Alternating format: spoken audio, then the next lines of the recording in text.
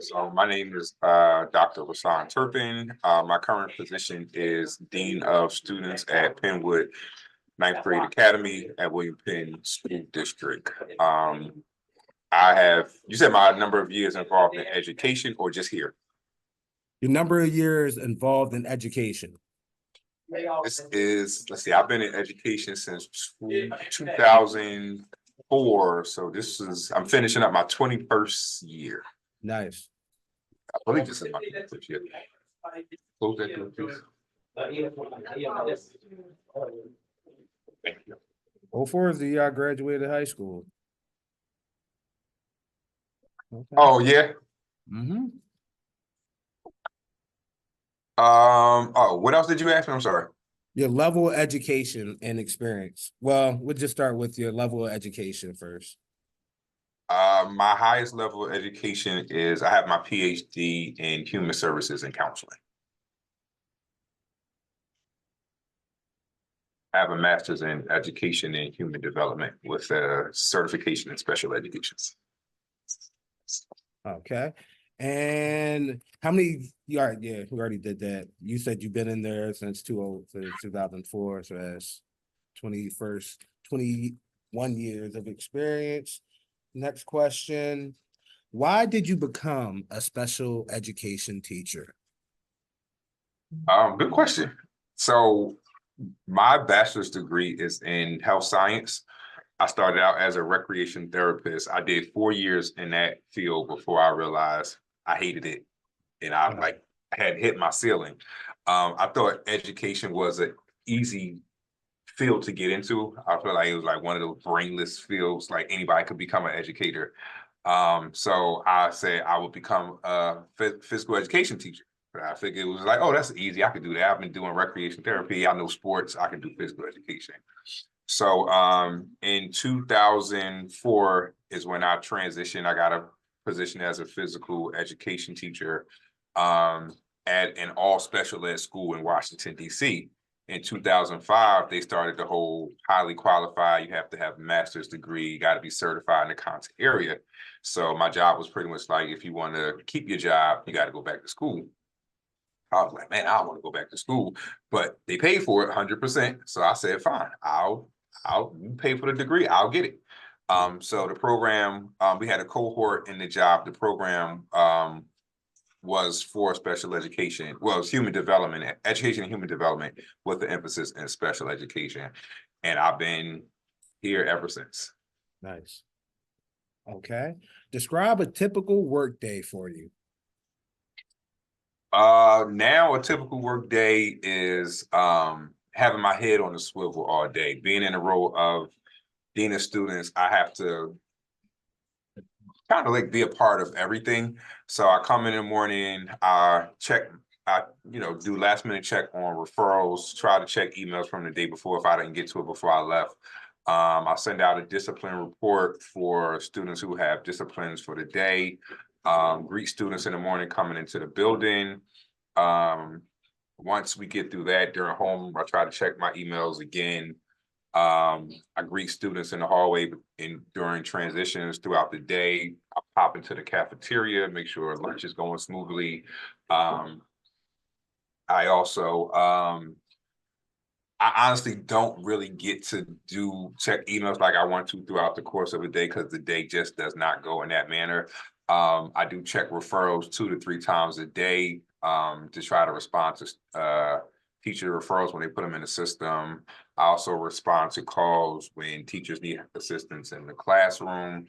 I deal with disciplines, reinstatements, phone calls from parents, making phone calls to parents, do mediations with students who have conflicts with each other, work closely with the guidance counselor in those mediations and students who need behavioral and emotional support. I try to support the SPED teachers where possible because of my SPED background. I realize that's something that this district needs support in, so I try to lend my expertise in that area as well. Okay. Good. Next question. What is the hardest part of your job and why? Dealing with the teachers. The reason why is because I think a lot of times the adults forget the population that we're working with. We're working with, young adolescents at the age, at the beginning stages of their teenage years, and it's almost like they don't expect kids to be kids. And some of them, they don't embrace the students. And that's a bother for me because I care about our students. I don't care if you're a knucklehead or you're an angelic student. I care about you. I want to make a positive impact on your life. And so everybody does not embrace that concept.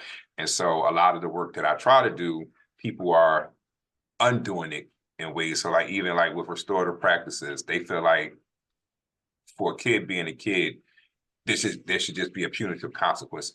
And sometimes you can just restore a relationship by making it a teachable moment for the student and letting them know about accountability and how their actions impact others and how to be empathetic towards others. But a lot of teachers don't embrace that mindset. And it's just like, why did they get suspended? Why didn't they get detention? And everything to me is not about consequences. If we always want to, penalize a student, what are we teaching them?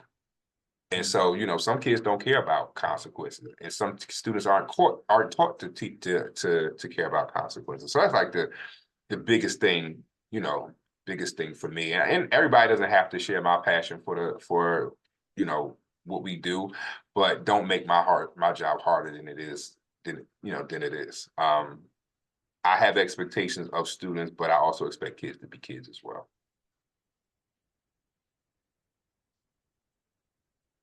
What is the most rewarding part of your job and why? The most rewarding part, so like I said, I've been doing this for 20 plus years. The most rewarding part is when a year is done or a few years go by and a student tells me the impact that I've made on their life in the time period that I've worked with them.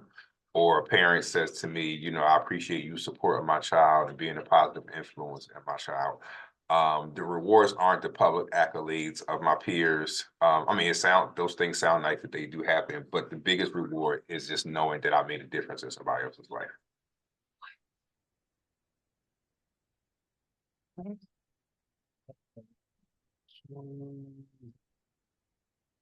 Do you have any students with significant behavioral challenges?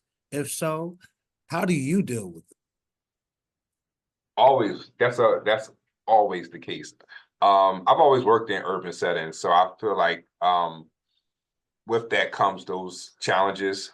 And that's not to say in suburban settings it wouldn't happen, but I guess the most significant behavior challenges is the students who don't really come from a structured home environment, or the ones that do and they want to go opposite of that. So they don't believe in following expectations or rules, or they want to embrace the street life, or they want to bring the street life into the school. I deal with them and trying to get them to see the outcomes of their choices. So like, if you do something, you receive a consequence, that's a result of your choice. Or if you continue on this path of behavior, what can happen, as a result of that. I try to get kids to understand the difference between punitive consequences versus natural consequence. A punitive consequence to robbing somebody might be going to jail. A natural consequence is they carrying a gun. You get shot and then you die early death.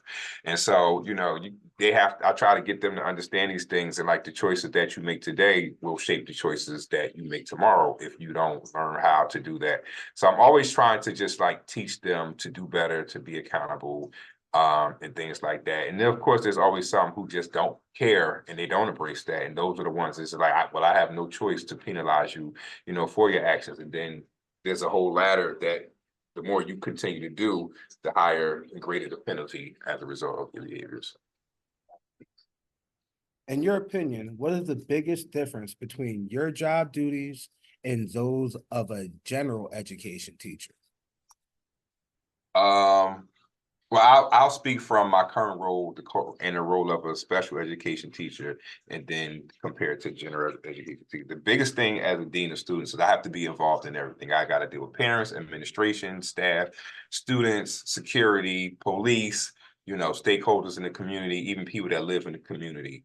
The teachers more so just deal with in-house, business.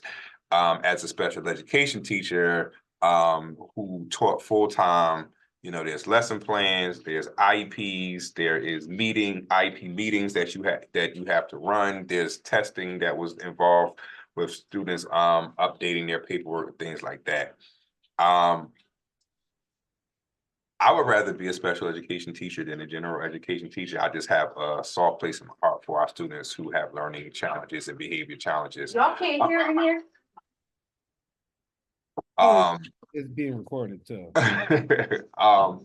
In terms of the general education teacher, I think that's kind of like and this is no shade towards general education teachers. I think this is just like the basics of being an educator. Like, some teachers just focus on academics, but then there's those general education teachers that care about the whole student, their well-being, whether or not they ate, whether or not they're having an emotional crisis or a mental crisis and things like that.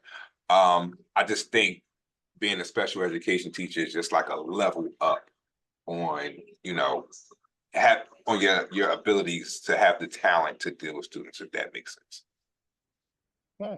Takes a special person to be a special. I was about to say that it feels like you kind of got to have a little bit of special education in yourself. Oh, most definitely. Definitely. I always tell people when I was a kid, if they were giving out IEPs the way they give them out now, I would have most definitely had one.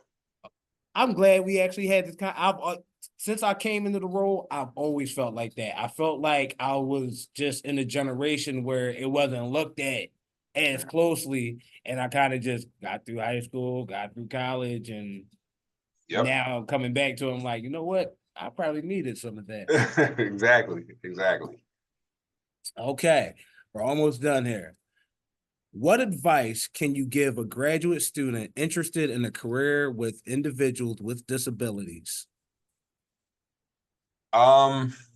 This actually is the same advice I would give to someone if they were coming into a career with this career, more so with working with students without disabilities, is don't expect to be rewarded financially. Don't expect to receive accolades from your peers and your higher ups.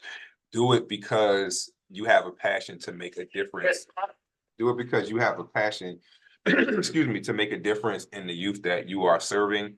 The only thing I would say about students with disabilities is have a greater level of patience. And if you don't possess that already, you will be forced to learn that level of patience by being thrown in a fire. And you're either gonna thrive or you're gonna sink. Okay. Now, describe an especially challenging situation involving a student's family and how it was resolved. I gotta dig in the archives for this one. A special situation that's involving a student's family. I don't really know. I don't really have challenging situations with the family. It's more so with the students. But I guess in the general sense, the challenges as it pertains to family is the ones who don't support the work. And so you're here, you're plugging away, you're trying to help the student, and you just have no support from the family. The family is not answering, they're not returning phone calls, they don't hold the student accountable. That's always the biggest challenge. And you just have to teach them the importance of their involvement in supporting the student and helping them see, like, listen, I can't tell you how to parent, but if you don't take your role seriously and support your student, there's only so much that I can do to support them. And then you tell them the potential outcome, what the potential outcomes can be without that parental support. All right. How do you feel with the challenges of professional paperwork? You just ignore it. No, I'm joking. As a classroom teacher, one of the things I hated most about being a classroom teacher was lesson planning. Just because I'm in some ways a perfectionist, and I put a lot of time and effort into my lesson planning. I don't believe in recycling lesson plans. I believe even if I have to reteach a lesson because I didn't have enough attendance, I'm still going to update the lesson plan. And for me, that's kind of annoying because it's kind of like I create my own problem because I'm anal like that. And so that was my biggest issue in terms of the paperwork I have to do now, which is a lot. Probably not as much as a special education teacher in a day out, because I don't like write these 400-page IEPs anymore. But I deal with it based on importance. So like the biggest thing I do in the day-to-day is emails and responding to referrals and processing disciplines. Those are at the top of the list in terms of things that I prioritize. Now going into the summer, the biggest thing I'll be working on is planning for next year. And then, I'm a systems person, so I pay a lot of attention to what's going on in the building. And you can't just say, I want to implement the system. You have to like put a either like a proposal if it's something you want to implement, or you have to come up with a detailed plan. And all that requires paperwork because it has to be presented to administration, it has to be approved, there's editing and things like that. So All right. Get my little note here. Thank you. What is the one thing that you were most surprised about special education, and why? there's actually two things. The first thing is that how many students do not realize, one, what an IEP is, and that two, that they actually have an IEP. So it's like, how are you in high school? You've had this document follow you for the last 6 years and you had no idea about it. That's always surprising to me. The other thing that surprised me is how much I enjoy being a special educator. Just, the different populations I've worked with: emotional support, behavior disabilities, learning disabilities. Like I said earlier, I have a special place in my heart for those students. They come with a lot of stigmas, which I don't think is fair. The only thing it means is just as a teacher, you have to be more creative in how you're going to reach that student. That's the only difference between them and a gen ed student. And a lot of teachers don't want that responsibility. True. I've seen this. What is one thing that frustrates you the most about special ed? The stigma that comes with students who are in special education. And I just spoke about that, but I don't like people judging students based on their diagnosis.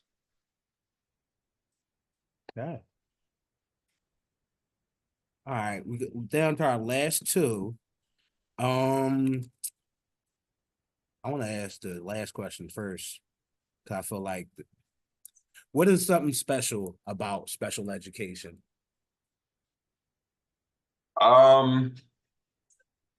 The people who are special educators that are actually passionate about the kids that they serve.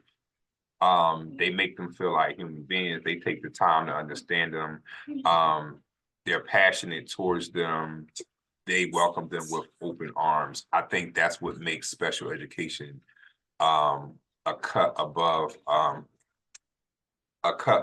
general education. And that's why I say it takes a special person to be a special educator. Because some people, just like in general education, some people are just in it for the check. Some people just don't care. But I've come across a lot of special educators that really, really, really, really care about the well-being of those students. And they advocate for them. Last one. Share a student success story. I don't have a lot of these. I have a lot of students who have made it. I'll go back to my days in DC. One of my students who I started working with him in middle school. I think he might have been in 7th grade when I first started working with him. The school that I was in was a K-12 special ed school. And he was like just a goofy kid. Of course, he had an IEP. They said he couldn't learn. They said that, he was going to be this, he was going to be that. But what happened is we went to project-based learning in the next couple of years when he made it to the high school level. And he realized when we introduced culinary arts as part of the project-based learning program, he liked cooking. He really and took so he one of the teachers who oversaw that program took him under his wing. We used to tease him all the time, the student all the time, because at the time I was a physical education teacher, so he wasn't the most athletic student, but he would always run his mouth like he was like this great athlete. But it was all in, in jest and in love, because we were just, joking around with him. But his name was Ernest, and Ernest graduated on time. He did everything that he had to do to graduate, and he graduated. He decided he wanted to go to culinary art school. Ernest is now a chef Nice. in Washington, D.C., his birthplace, where he also went to school. He, very successful. I've watched him go from being a sous chef to he hasn't reached I don't know what's the highest level of being a chef. I don't know if it's called a master chef, but he's like the next guy in line right under the master chef at this particular restaurant. And he posts all his stories on Instagram like that. He travels the world now. He's been to Dubai, Abu Dhabi, and he just got married at the end of last year. So Ernest is probably like, I was in my late 20s when I was there. So he's probably in his mid 30s now. He's probably around 36 now. Yeah. And so like I said, 20 years, like almost 20 years ago, like 15, 20 years ago, I was working with him. So he's probably in his mid 30s, pushing 40 in a few years. But just to see him, and I don't make it a habit of connecting with students on social media, but there's like a rare few that I've accepted their friend requests. And it lets you know how old he is because he has Facebook. Like our students now, they don't use Facebook. Right. They don't even know what it is. He every time I see a post of what he's doing, I don't hesitate to just let him know how proud of him that I am. And he's really made his way. He bought a house, his own money, before he got married. And so I was like, he's just doing a lot of great things for himself. And so it's just been a pleasure to watch that. No kids out of wedlock, nothing like that. He's on his job. So the funny thing about that, my mom did home ec, and she used to have kids that she used to have go to the restaurant school, compete, and that just sounds like, something I kind of grew up around, and I'm like, oh, everything comes full circle. Yep. But yeah, that'll be my story right there. Nice. Okay, Dr. Turpin, I want to thank you again for your time. I appreciate it. Thank you for your guidance this year. I don't think I would have made it without any of you. So I appreciate you again. Hey, I thank you for, choosing me for your interview. Also for trusting me to help you however I can in your process. I think this year was a learning experience for all of us. A lot of us stepped into different roles. I'm looking forward to next year and planning for next year, and I'm just hoping to build off this year and make next year better. So, and I'll be here to support next year as well. I look forward to working with you next year. And again, thank you again. Yes, sir. All right. Have a good one. All right. one. If I don't talk to you, have a good summer. You as well. All right. Bye now.